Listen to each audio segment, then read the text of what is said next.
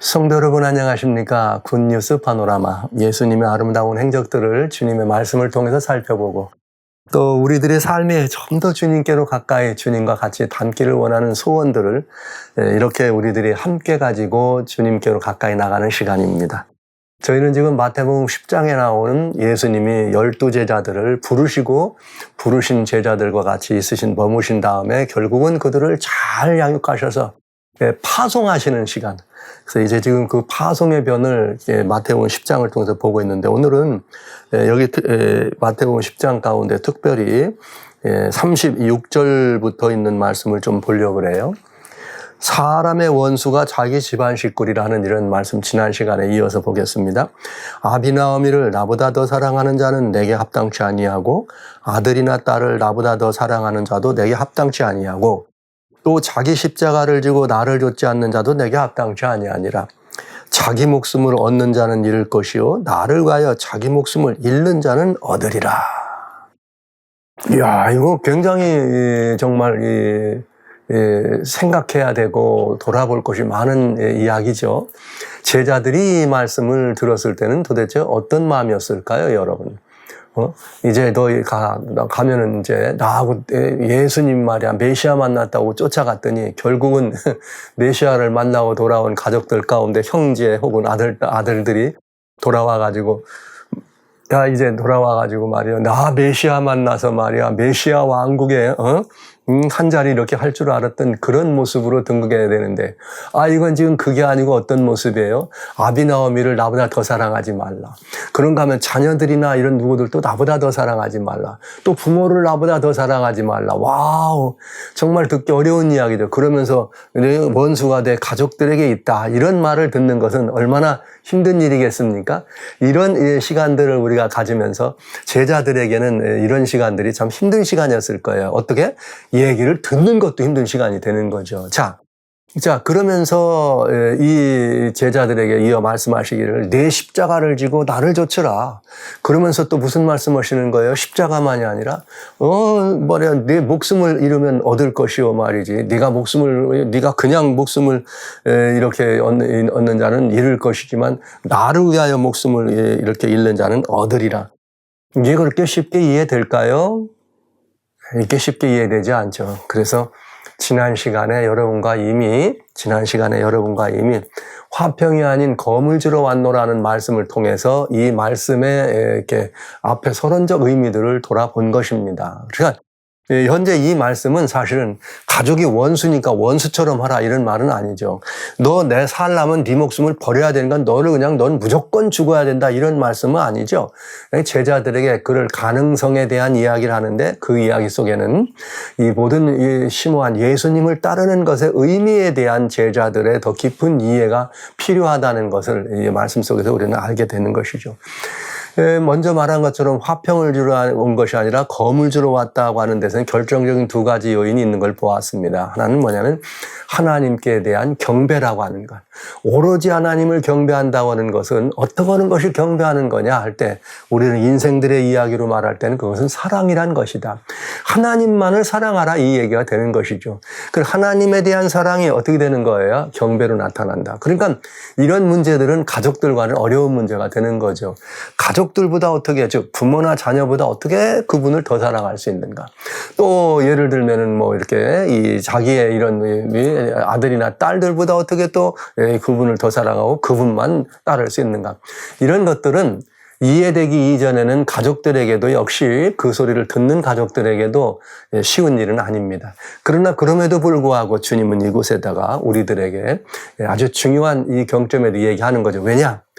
그리스도인들이 말이죠. 대부분, 그리스도의 제자들이 대부분 예수님을 따르고 예수님을 영접해서 예수님을 믿는 그런 삶을 살아갈 때 가장 먼저 찾아오는 시험이 어디서 오기 때문에? 가족들부터 오기 때문에요. 그리고 많은 분들이 그런 가족들과의 관계에 대한 이런 문제에서 답을 얻지 못할 때 주님을 떠나거나 심지어 교회에서는 교회를 떠나는 그런 일들이 많잖아요. 핍박이 있어서 오해가 있어서 가족들과의 불화와 다툼 때문에 그런 일이 있는 것을 우리는 보게 됩니다. 그러나 성경은 우리들에게 아주 명쾌하게 말합니다. 여기 37절에 이어 말씀하시기를 아비나 어미를 나보다 더 사랑하면 안 된다는 거죠. 아비나 어미를. 그리고 또 이 자녀들을 나보다 더 사랑하면 안 된다는 거죠. 이건 쉬운 일이 아닙니다. 근데 이 문제는 우리들에게 있어서 이 문제는 왜 그런가? 지난 시간에 말씀드렸어요. 왜 가족들에게는 이 문제가 사랑이란 문제가 굉장히 큰 문제가 되느냐? 이 가족들이 가장 먼저 그런 그 사랑에 대한 뭘 느끼기 때문에 상실감을 느끼기 때문에 그렇다는 거죠. 그러니까 이 말은 제자들에게 지혜로울 필요를 얘기한 거예요. 그런데 실제 오늘날 우리도 예수님을 처음 믿고 영접해 들어온 많은 사람들에게서 바라보면 참 무지한 모습이에요. 지혜롭지 않은 모습. 이런 거. 저는 이렇게 가끔 요즘은 좀 덜합니다만은 예전에만 해도 말이죠. 늘 그저 이렇게 가족들이 우리나라는 대가족 제도잖아요. 그런데 이제 이렇게 뭐 이 자녀들이나 혹은 또 무슨 뭐 이렇게 이 며느리나 누가 예수님을 영접하고 나면은 이제는 말이죠. 우리 집에 들어가서 조상신 섬기는 건 우상 숭배하는 건 이제는 못한다고. 나는 하나님을 믿으니까 못한다. 이래가지고 집안에 난리가 나죠. 또 그리고 또 막 이제 이 가족들을 대하면서 우상 숭배하는 사람들이라고. 이 가족들을 그렇게 멸시하고 폄하하는 걸 또 보잖아요. 근데 이런 모습들은 가족들에게 굉장히 말하자면 상처가 되는 모습이죠. 그러니까 이 얘기 아비나 어미를 더 사랑하지 말라. 나보다 더 사랑 이런 말씀 속에는 이 문제에 대해서 아주 지혜로워야 될 필요에 대해서 우리에게 일러주고 있다는 거예요. 이건 굉장히 중요한 말입니다. 대개 어떤 부분들에 보면은 그렇게 막 하는 분들이 있어요. 교회를 나가든지 예수님을 처음 영접하면은 막 가족들을 대고 우상숭배자라고 그러고 말이죠. 또 옛날에 우리 전통신앙 가진 사람들은 불교도 있고 유교도 있잖아요.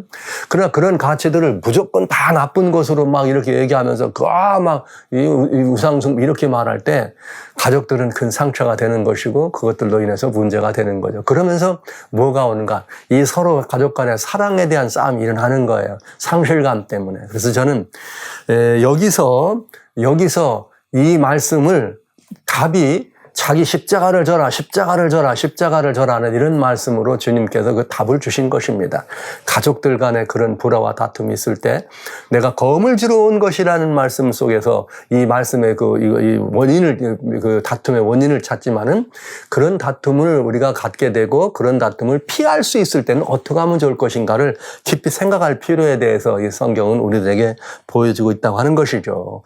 그러면서 여기에 그 원리는 뭐냐? 네 목숨을 잃으면 너는 얻는다. 이것이 그 원리였습니다. 그럼 이제 이 부분에 대해서 저희가 다른 측면으로 한번 좀 돌아봐야 되겠습니다. 왜냐하면 우리는 주님의 제자들이니까요. 여러분, 사랑 싸움은 말이에요. 고도의 질투감에 나오는 거잖아요. 이 사랑 싸움은 이거 말리는 정말 하늘에 떨어지는 빗방울 같아가지고 이게 끊어지질 않습니다. 이게 끊어질 일이 아닙니다. 근데 이것이 원인이 어디에 있었다?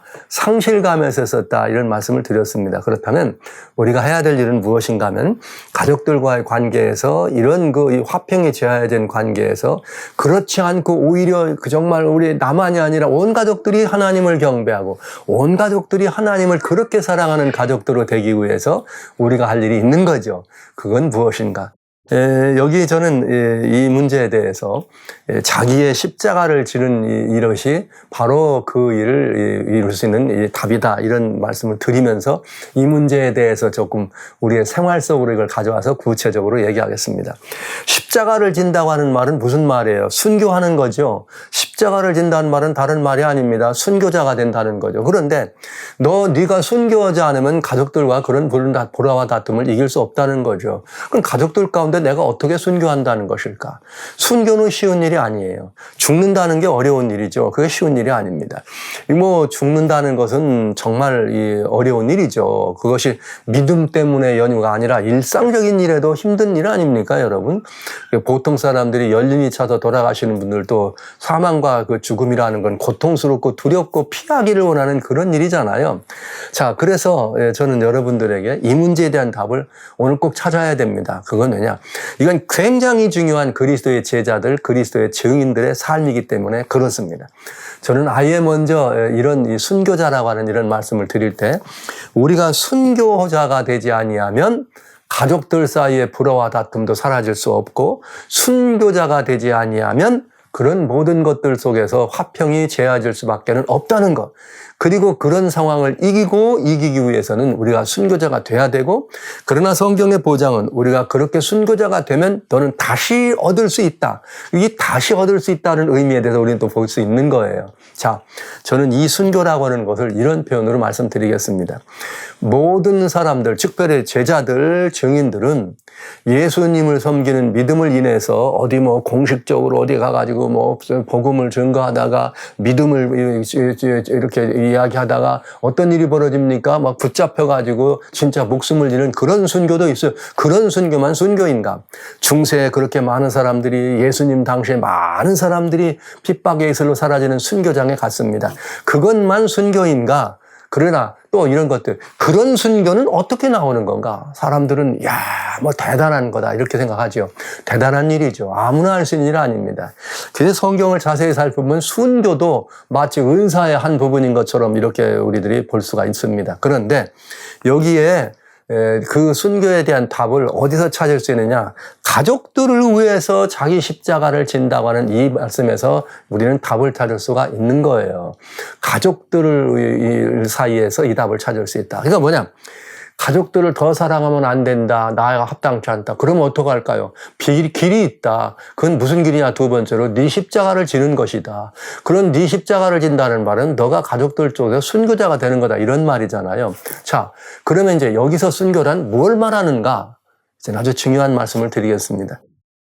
여기 그리스도인들에게 저는 이런 순교를 뭐라고 말씀드리기를 원하는가 하면 생활 속의 순교다.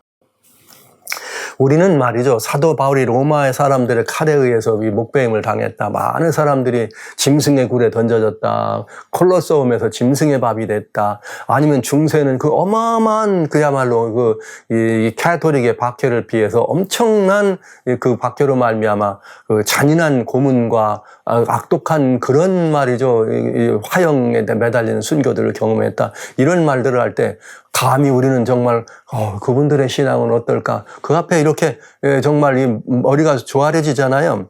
그러나 여러분 중요한 게 있어요. 그런 순교는 어느 날 느닷없이 이루어지느냐 이 말이에요. 어느 날 느닷없이 나는 그런 순교장에 갈 수 있는 사람이 되느냐 이 말이죠. 답은 뭐냐? 그렇지 않다. 그럼 진짜 중요한 순교란 그럼 어디서부터 시작되느냐? 그건 생활 속에 시작된다는 거죠. 여러분들은 이걸 생활 속의 순교라고 말하는 것이에요. 그런데 여기 그 답이 어디 있느냐? 고린도전서 15장 31절에 보면은 고린도전서 15장 31절에 보면 무슨 말씀이 있는가 하면 사도 바울이 이런 표현을 씁니다. 이 뭐라고 표현을 하느냐면은 이렇게 형제들아 내가 그리스도 예수 우리 주 안에서 가진 바 너희에 대한 나의 자랑을 두고 단언하니. 사도 바울은 십자가 외에는 자랑할 것이 없다고 한 분입니다. 그런데 제자들에게 뭐라고 하는가 하면 나의 자랑을 두고 단언하노니 나는 날마다 죽노라. 나는 어떻게 하느니라? 날마다 죽노라. 여러분, 한 번 죽었으면 그만인데 어떻게 날마다 죽습니까? 이게 무슨 말을 의미하는가? 사도 바울의 이 말이 바로 정말 중요한 진정한 순교의 의미를 보여주는 것이죠. 이거는 생활 속의 순교다. 생활 속의 순교란 무엇인가? 이런 것입니다. 날마다 죽고 날마다 순교한다 이 말은 날마다 나를 비우고 날마다 나를 낮추고 날마다 나를 어떻게 한다는 게 깎는다 이런 뜻 아니겠습니까 여러분? 그래서 이런 거예요. 예를 들면 가족들이니까 부부 사이에서도 한번 보시죠. 생활 속의 순교라 이런 것입니다. 부부예요. 그럼 이 부부간에는 또 이렇게 늘 사랑만 있는 것이 아니라 때로는 문제도 있고 다툼도 있을 수 있잖아요. 이런 모든 일이 있을 때 우리는 어떤 관계에서 이 일들을 이렇게 넘어가는가? 거기서 순교하는가? 남편이 아내에게 무엇인가를 요구하거나 아내가 남편에게 요구할 때 어떻게 하는 거예요? 그 남편의 요구에 따라 나를 어떻게 하는 거예요? 내 생각은 다르고 내 뜻과는 다르지만 남편이 요구하는 그 일에 대해서 어떻게 하는 거예요? 내가 들어주면 내가 나를 어떻게 한 겁니까? 꺾는 거죠. 물론 여기서 이런 거 있어요. 불신자 남편이 예를 들면은 신앙적인 어떤 문제에 있어서 나를 신앙에서 이탈하도록 나를 데려가는 이런 것들에 순종한다는 뜻이 아닙니다. 그렇지 않은 영적이고 예수님을 주님을 섬기고 경배하는 이것이 아닌 하나님을 경배하는 이것이 아닌 이건 이제 양보할 수 없는 상황이지만 다른 어떤 여터한 것이든지 남편에 대하여 어떻게 하는 거예요? 죽게 대하여 복종하는 이것이 아내의 생활 속의 순교. 그런가 하면 남편도 마찬가지죠. 먼저 주님을 영접한 남편이 생활 속에서 아내를 대하여 순교자의 모습으로 선 건 뭐예요? 그 아내가 연약한 그릇이지만 그 연약한 그 아내의 말을 들어주고 아내의 뜻을 이해해주고 아내를 높여주고 아내를 섬겨주고 아내를 이렇게 존경하는 이런 마음들이죠. 그러니까 뭐냐면 생활 속의 순교라는 것은 무엇인가 하면 어떤 경우든 상대방을 높여주고 존경하고 존중하고 섬긴다는 의미인 것입니다. 근데 과연 이게 쉬운 일이냐? 그렇지 않아요. 대부분 보면 또 이런 거 있잖아요. 뭐 고개 숙인 남편이라는 말들이 많이 있는데 남편들이 나가서 잘 나갈 때는 아내들이 남편 말도 잘 들어 고분고분하다가 남편들이 말이죠 직장에서 무슨 일이 생겨가지고 갑자기 뭐가 그만둬 떨어지거나 뭐 수입이 줄거나 아니면 뭐 여러 가지 이런 게 되면 그때부터는 이제 더 점점 이게 아내들이 더 이렇게 이 모든 것들에 이렇게 우위를 점음하는 그런 부분들을 좀 보게 되죠. 그런가 하면 이번에는 또 남편들은 뭐래 내가 막 밖에 나 잘 될 때는 아내를 보기를 아주 그냥 무시하고 말이죠. 이런 삶을 보잖아요. 이건 그리스도인 생애에서는 이건 생활 속의 순교자의 삶이 아니라 여러분 생활 속의 순교는 그렇지 않습니다. 아내가 밖에 나갔다 하루 종일 일하고 들어오는 남편이 그 주머니에 가지고 들어오는 것이 적든지 많든지 가족들을 위해서 자기의 모든 것들을 아끼고 헌신한 그 남편을 대하여 정말 깍듯이 존경해주고 여보 이제 오세요 어서 오세요 얼마나 힘들었어요 그러면서 말이죠 뭘 하는 거예요 이렇게 정말 아내로서 이 남편을 위해서 극진한 이런 이 모든 이 존경과 존중을 보일 때 이것은 남편에게 정말 뭘 가져다 줍니까? 남편에게 살 맛을 가져다 주잖아요. 남편이 생기를 얻게 되잖아요. 그런가 하면 남편은 아내가 이렇게 이 집안에 이제 뭘 하고 날 차려놨는데 그 집에 들어와서 아내는 종일인데 뭐 여자가 집에서 하는 게 뭐해서 집안일이나 하는데 뭘 힘들다고 그래 이렇게 안 하고 여보 당신 집안일은 하고 얼마나 힘들었어 이 청소하고 말이야 밥 짓고 너무 힘들었지 남편은 남편대로 애쓰고 이렇게 힘들었던 아내를 높여주고 혹시라도 먹다 보면 말이죠 예? 밥이 좀 있을 수 있잖아요. 그런데 말이죠 밖에 나가서 먹을 때 보면은 뭐 맛있죠 다 매운탕들이니까 온갖 조미료 넣었으니 얼마나 맛있어 밖에 식당에서 먹는 거 전문 셰프들이 만드는 거니까 그러나 아내가 만들어 놓은 어떤 음식 솜씨라는 건 좀 타고나는 게 있으니까 정성은 들였지만 맛이 좀 떨어질 수 있잖아요. 그래도 말이죠. 여보 역시 당신이 만든 게 최고야. 이렇게 하면서 어떻게 하는 거예요? 아내를 위해주고 아내 여보 당신 만든 것이 최고야. 어디 나가도 이런 맛 없어. 아내가 살맛 나지 않겠어요? 하루 종일 말이죠. 이 고된 일 아이들 돌보고 집안일을 하고 막 땀 흘려가면서 고된 일 할 때 남편의 그 말 한마디가 뭐예요? 남편의 그 말 한마디가 아내가 가정에서의 정말 나는 가정의 여왕이라고 하는 사실을 생각하고 살아가는 그런 일에 굉장히 이렇게 뿌듯하게 하면서 아내가 이 생명이 살아나지 않겠습니까? 내가 나를 꺾고 내가 나를 죽이고 아내를 높여줬더니 조금만 높여줬더니 그것이 아내를 살려준다. 그거 해볼만 하잖아요. 여러분 생활 속의 순교란 바로 그런 것입니다. 여러분 부모들은 자녀들이 너희가 뭘 한다고 그래 말이지. 너희가 뭘 한다고 그래 이러면서 너희들은 엄마 아빠들 따라와 이렇게만 하는 것보다 어떻게 하는 거예요? 그래 오늘 우리 외식 한번 할까? 너희 뭐 먹고 싶은데 그래 우리는 된장찌개가 익숙하지만 걔들에겐 피자가 익숙하거든요. 오늘 피자 먹고 싶어. 그래 그럼 피자 가보자. 그런데 피자 갔더니 진짜 먹기 힘들 수도 있잖아요. 안 좋아하는 분들이 있으니까. 그러나 이렇게 그렇게 가가지고 말이죠. 나오지만 야 너희들 참 먹는 건 맛있다. 이래서 피자를 잘 먹는구나. 이렇게 한번 해주면 아이들이 그 다음에 뭐 할까요? 어디로 갈까? 이번엔 엄마 아빠 가고 싶은 데로 가. 이렇게 안 하겠어요? 갔는데 또 아이들도 마찬가지입니다. 이 애들이 갔는데 된장찌개 안 좋아하는 애들은 된장찌개 먹기가 힘들어. 아니면 매워서 고추장 먹기가 힘들어. 그럼 조금 깨적거리면 와 그것도 못 먹는다고 조선 놈이 그거 이런 부모가 아니라 애들이 그걸 못 먹을 때 너희들이 이렇게 맵구나. 너희 이게 짜가지고 잘 못 먹는구나. 그래 너희들이 익숙치 않지? 식당에 오더라서 다른 것 좀 아이들 먹는 것도 시켜줄 수도 있는 거고 그래 다음부터는 너희 원하는 걸로 가자. 이럴 때 아이들의 마음에 우리 엄마 아빠 최고 이렇게 안 하겠어요? 기왕이면 성도 여러분 이렇게 우리들이 가족들 간에도 내가 예수님을 믿는데 말이죠 이제는 신앙으로 좀 돌아와야 되겠어요. 이런 말을 많이 해요. 이 아낙네들이 말이에요. 교회 와가지고 자기들끼리 얘기하면 남편을 뭐라, 아유, 그 왼수. 남편 보고 왼수래. 그러면서 왜요? 너 지난주에 왜 못 나왔어? 그럼, 아이고, 왼수야. 내가 교회 나오려고 그러는데 딱 그 시간에 퇴근해가지고 집에 들어오더라고. 갈 수 있어. 내가 밥 차리자고 못 나왔지. 이러면서 남편을 원수라 그래. 마음은 안 그렇겠죠. 그러나 여러분 표현이라도 그게 아니죠. 여러분 그가 왼수인가요? 아니잖아요. 사실은 그 남편이 그렇게 하기 때문에 내가 교회도 나온 거고 신앙생활 하는 거 아닙니까? 근데 그런 것들은 전혀 생각하지 않죠. 나는 예수 믿으니까 교회 가는 거니까 하나님이 최고니까. 이렇게 될 때 남편은 더 큰 상실감을 이루는 거고 일부러도 더 어떡합니까? 교회 갈 시간 맞춰가지고 오는 거죠. 여러분 이건 대단히 중요한 문제예요. 제가 한번 이런 이 얘기를 좀 말씀드리겠습니다. 뭔가 이 한국에는 전통적인 그런 제례가 있잖아요. 전통적인 제례가 있는데 무슨 명절이나 이런 날 되면은 제사를 드리고 이런 모든 일들을 하잖아요. 그런 제사를 드리고 모든 일을 하는데 어떤 경우에는 예수님을 처음 영접하는데 그 집에 며느리가 영접했는데 시아버님이 돌아가셨습니다. 그래서 막 집에서 전통식으로 장사를 지내는데 이 며느리가 보니까 가서 이제 그 집에 가봤더니 얼마나 뻘뻘거리고 열심히 일하면서 사람들을 섬기는지 몰라. 그런 다음에 뭘 차려놓고 그 앞에 하는 데는 며느리는 저기서 딱 서 있어요. 그 옆에서 잘 서 있고 이분들이 다 가족들이에요. 근데 가족들이 아무도 불평하지 않아. 너도 와서 절에 안 하더라고. 나중에 알고 보니까 그래. 처며느리가 얼마나 열심히 이런 걸 일하는데 교회 나가서 예수님 믿는다고 이제는 이렇게 이 교회 이런 것들은 좀 금지되기 때문에 저는 안 하겠습니다. 이렇게 표현했을 때 하나도 안 믿더래. 그래서 그래 아가야 너는 거기 서 있어라. 그리고 자기들만 열심히 하는 거예요.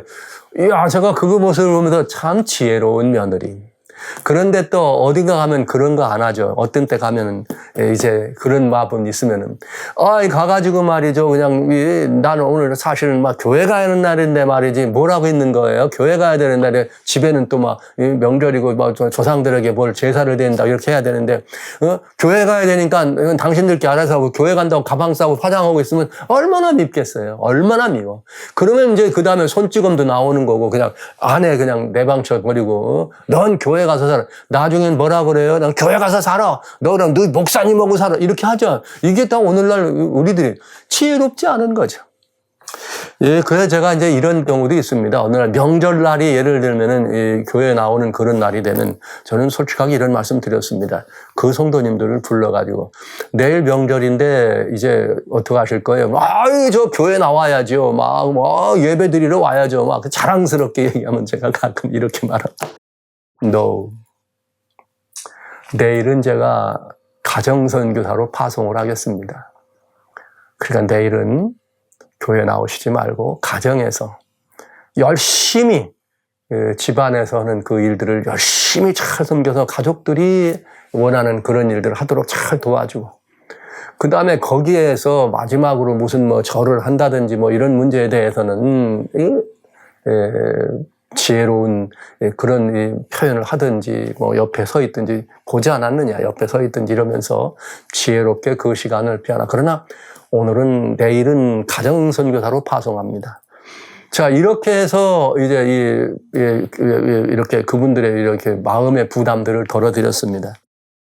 여러 개 지났는데요. 어떤 문제가 생기는가 하면 그렇게 반대하고 핍박하던 그런 분들이 나중에 들어보면 이렇게 말해요. 아니 왜 미안하잖아. 사실은 교회 아침부터 일어나가지고 오늘 저 여자가 교회 가는 날인데 말이야. 집에서 지금 조상 제사 드려야 되는데 교회는 안 나가고 어떡하나 보자 하고 보고 있는 거죠. 옛날 같아서는 화장하고 막 탈탈탁거리고 나가야 되는데 오늘은 교회 가는데 빙그레 웃고 안 나가네. 제가 숙제를 줬거든요. 꼭 그러걸랑 왜 안 나가 그러면 목사님이 나오지 말랬어. 이렇게 얘기하라 그랬어요. 그렇게 얘기하는 것이 왜냐? 나중을 위해서 그렇게 지혜롭게 한 거죠. 나오지 말랬어. 그러니까 웬일이야? 오늘 교회 가는 날인데 목사님 나오지 말래. 집에서 열심히 이렇게 하는 거 잘 도와주라 하라 그랬어. 그러면 남편이 무슨 생각 들겠어요? 야, 이게 웬일이지? 교회 죽어도 가던 사람이 달라졌네? 그래가지고 이제 막 그렇게 하는데 열심히 이 음식도 하고 가족들 다 해서 하는데 그건 가족들끼리 하도록 버려두면서 말이죠. 뭐 하면 갔다 뭐 차리도록 다 하도록 이렇게 해주고 도와주는 거죠. 다 끝난 다음에 아이고 이게 어떻습니까? 다 끝난 다음에 가족들이 모여가는데 야 오늘은 너희 엄마 많이 변했다. 웬일이냐? 근데 그 당신네 목사님 좀 다른 분 같습니다. 이러다가 어떤 일이 벌어져요? 기분이 좋으면 뭐 합니까? 또 퇴주잔 놨으니까 술 한잔 할 거 아닙니까? 기분이 좋으면 어떻게 하는지 아세요? 그날 오후에 전화 오는 거죠. 목사님 감사합니다. 제가 그래서 목사님 오지 말라 했단 말을 하라고 한 거예요. 그러면 목사님 감사합니다. 그럼 얘기 다 된 거 아니에요? 자, 이게 뭘 원하는 겁니까? 나를 꺾고 나를 죽였는데 결국은 나를 꺾고 나를 죽인 것이 그 가족들을 뭐 하는 거예요? 목사에게 인도가 되고 가까워진다는 말은 그 다음에 누구한테 간다는 말이죠? 예수님께 가는 길이죠. 자, 이제 이건 뭘 여러분들에게 이 말씀을 왜 드렸는가? 이것은 이 교회나 일반 현장에서 너무나 눈에 보이듯 불에 뻔한 그런 일입니다. 왜? 사랑 싸움이기 때문에. 하나님께 자기 아내나 하나님께 내 남편을 뺏기면 섭섭한 거예요. 하나님께 내 자식들을 뺏기면 섭섭한 거예요. 그런데 알고 봤더니 이 자녀들이나 아내나 남편이 교회를 나가고 예수님을 섬긴다고 하더니 옛날보다 안 튼 짓을 해. 뭐 하는 거죠? 더 잘해. 옛날에는 뭐 조금 조금 힘든 거 있어도 당신이요 안 하든지 아니면 나 뭐 해야 된다 그러면서 나가가지고 그거부터 하고 자기 일 먼저 하더니 주님을 믿고 나서는 어떤 일을 하는 거예요? 더 가족들을 더 아끼고 사랑하고 더 건강을 챙겨주고 더 우애주면 예수님을 믿는 것 때문에 상실감을 넣는 것이 아니라 뭘 얻게 되는 거예요? 예수님 때문에 그들에게는 내가 더 많은 복된, 더 많은 은혜를, 더 많은 이 선물을 받고 있구나를 느낀단 말이에요. 그러면 알아서 어떡합니까? 예수님 믿는 것이 이런 것이구나. 그러면서 어느 날 어떻게 되는 거예요? 여보, 나도 당신 따라가면 안 될까? 이렇게 되는 거 아니에요? 이게 뭐예요? 나를 꺾으면 어떻게 됩니까? 그 꺾는 것은 잠깐입니다. 그러나 나를 꺾었던 그 일이 가족들을 어떻게 한다? 가족들을 또 구원의 길로 인도하는 아름다운 일이 된다는 것이죠. 그래서 여러분, 오늘 저는 이 다양한 많은 갈등들이 가족에서 먼저 시작될 때, 다양한 많은 갈등들이 사회에서 시작될 때 그리스도인들이 할 일이 있습니다. 그것은 자기 십자가를 지는 것입니다. 그 십자가를 진다는 건 뭐냐면 지금보다 예수님을 알기 전보다는 다른 모습이죠. 지금까지 이 사람이 똑같은 생활을 하다가 예수님을 영접했더니 거기다만 충성을 해가지고 우리한테 할 일을 덩하니 한다는 느낌을 줘서 상실감이 오거나 섭섭하게 하는 것이 아니라 나는 지금까지도 참 좋은 분이었는데 예수님을 믿더니 더 좋은 분이 됐네. 이렇게 되는 거예요. 더 좋은 분이 됐네. 그래서 그때는 안 하던 이것도 하고 저것도 하고 하면서 우리에게 더 기쁨을 주고 있네. 그러면 사람은 누구라도 어떻게 됩니까? 달라지게 돼 있죠. 그러면서 어떻게 됩니까? 잠시 그런 일이 뭐하란 거예요? 내 십자가를 진 것이죠. 나를 꺾고 나를 내리고 나를 죽인 것입니다. 그랬더니 어떻게 됐어요? 결국은 그 십자가 이 사람들을 주님께로 인도하는 길이 되지 않아요? 그도 살고 나도 살고. 그래서 나를 위하여 자기 목숨을 잃는 자는 어떤 거리라 얻으리라 하는 약속이 성취되게 되는 것입니다. 자, 이것이 생활 속의 순교라고 저는 말씀을 드리고요. 생활 속의 순교라는 게 생활 현장에서 얼마나 많아요. 그럼 어떻게 우리가 이 생활 속의 순교를 가능할 거냐? 이거 한번 따져봐야 되겠죠. 이거 생각해 볼 수 있는 것이죠. 이것은 어떻게 생활 속의 순교가 가능하냐? 그럼 빌립보 2장에 답이 나왔습니다. 3절에 보면 이렇게 돼 있어요. 아무 일에든지 다툼이나 허영으로 하지 말고 오직 겸손한 마음으로 각각 자기보다 남을 낮게 여겨라. 이렇게 됐어요. 쉬우십니다. 낮게 높여줘라. 이런 뜻이에요. 그러니까 여러분, 생활 속의 순교라는 것은 내가 죽는다는 것은 이런 표현입니다. 나는 죽는 건 힘들어요. 그러나 죽는 건 힘들지만 내가 죽지 않고도 내가 죽는 길을 택할 수 있다. 그건 뭐냐? 다른 사람을 높여주면 된다 이거예요. 그러니까 여기 낮게 여겨라, 높여주라는 거죠. 생활 현장 속에서 그것이 가족이면 가족들 간에 서로 여보 당신 말이 최고야. 내가 생각할 땐 당신 뜻이 옳은 것 같아. 아내는 남편을 그렇게 해주고 또 남편은 아내에게 여보, 당신이 가정에만 있었지만 아마 이런 일에 당신 생각이 더 디테일한 것 같아. 당신 뜻대로 하는 게 좋겠어. 여러분, 얼마나 해피한 가정 되겠어요. 서로 얼마나. 네? 그러면서 말이야. 연속극 누가 보지 말래. 연속극을 딱 보다가도 근사한 이렇게 이 탤런트가 나와가지고 근육도 막 이 근육질에다가 잘생긴 미남 탤런트가 나오는데, 야, 앉아가지고 이러죠. 또 바보 같은 아낙네들은. 아이고, 참 저런 남자하고 하루만 살아도 참 한이 없겠다. 이런 소리나 하고, 그런 모습으로 입 딱 벌리고 하고 쳐다보고 있으면 옆에서 그걸 지켜보는 남편은 어때? 속상해 안 상해요? 속상하는 법이지. 그런데 그보다 더 엄청난 예수님에게 사랑을 뺏겼다면 얼마나 화나겠어요. 그런데 그런 때도 막 이런 거예요. 야, 저 사람 참 괜찮은 사람 같다. 그런데 말이야, 내가 보기엔 당신만은 못해. 한 번쯤 해주면 안 돼요? 그렇게 한번 해주면 안 돼요? 그러면 그날 남편이 어떡합니까? 그날 남편이 그냥 막 그야말로 그냥 아내를 위해서 죽고 못 사는 거지, 여러분. 그것도 다 자기가 어떻게 하냐에 따라 다른 거예요. 야, 아무리 웬만하면 남편이 그만하겠어. 그렇지만 내가 진심으로 내 남편을 대하면, 이게 거짓으로 허투루 하라는 게 아니고요. 진심으로 내 남편을 내 마음에 품고 살면 거기 어떤 남자가 나도 그 사람보다 훨씬 더 이렇게 귀하게 보이지 않겠습니까? 여보, 내가 볼 때는 당신이 한수우야. 이 한마디가 남편을 신명나게 하고 살맛나게 하는 거잖아요. 네. 아침에 일 나갈 때, 여보, 내가 당신을 위해서 기도한다. 여보, 당신 오늘 또 잘 될 거야. 이래 보세요. 나 이 출근하는 남편이 하루 종일 얼마나 기분이 좋겠어요. 어려운 일이 생겨도 아내가 나를 위해서 기도한댔어. 이런 남편을 만들어주는 건 누구 몫인가? 아내 몫이다. 순교하는 아내예요. 남편을 나보다 높여주는 아내가, 바로 생활 속에 순교로 살아가는 그 아내가 남편을 그렇게 살게 한 것이죠. 여러분, 그뿐입니까? 이번엔 남편이 아내에게 마찬가지죠. TV를 같이 보고 앉았는데, 아유, 얼마나 이뻐요. 탤런트들이 딱 나오면, 이야, 이뻐도 저렇게 이쁠 수가 있냐? 진짜 이쁘다. 아주 그냥 홀랑 반하게 이래 보세요. 그럼 아내가 옆에 있다 이렇게 해서, 하루만 살아봐 어떤가? 요러지 않겠어요? 그러면 그게 작은 것 같지만은 어떤 일이 벌어집니까? 서로 간의 갈등의 요소가 되는 것이죠. 그럴 때 남편이 그를 보면서도, 야, 그래, 이쁘기는 참 이쁘다. 그러나 내가 볼 땐 그래도 당신이 한수이네. 당신 마음이 더 이쁘가 아니야. 한번 해주면 안 됩니까? 이렇게 한번 해주면 안 돼요? 남편을 위해서, 집안을 위해서 그래 쓰는 아내에게 내가 볼 땐 그래도 당신이 제일 이뻐. 이거 한번 해주면 안 돼요? 그러면 그만 어떻게 됩니까? 반찬이 더 늘어나는 거고, 집이 더 깨끗해지는 거고, 여러분 말이죠. 여러분에게 손길이 더 가는 거 아니겠어요? 이런 이 문제들을 우리는 생활 속에 순교라고 말할 수 있겠어요. 교회에서는 어떻습니까, 여러분? 교회에서도 마찬가지 아닙니까? 이제는 왜 조금 가족보다 이제 조금 더 큰 사회로 나가보자고요. 직원을 합니다. 직원을 할 때마다 그러죠. 내가 장로인데 말이야, 무슨 말 하면 집사가 들어야지 말이지. 꼭 아니라고 그러고 말대꾸해. 이렇게 하지 말고, 집사님 말이야, 내가 한번 들어보니까 그 생각도 옳은 것 같아. 그 생각도 이렇게 한번 해주면 안 됩니까? 그러면 알아서 집사님 아니에요, 장로님 의견이 좋아요. 이런 교회가 되는 거 아니에요? 아유, 목사님은 말이 이제 연세가 많아가지고 시절 요즘 잘 모릅니다. 요즘 그런 시절이 어디 있습니까? 이러면서 또 목사님 아무것도 모르니까 그냥 가만히 계세요. 우리가 알아서 하면. 이러면 목사님 섭섭하지 않겠어요? 그럴 때, 이럴 때, 야, 목사님 어떻게 말이야. 이 연세가 그렇게 많으신데도 이 시절에도 그렇게 많이 생각하십니까? 역시 목사님은 참 생각하시는 게 우리와는 다릅니다. 이렇게 한번 해줘 보세요. 그러면 그 목사님이 뭐라고 그러나? 여러분, 장로님들, 집사님들, 남녀 집사님들 보고, 예, 감사합니다.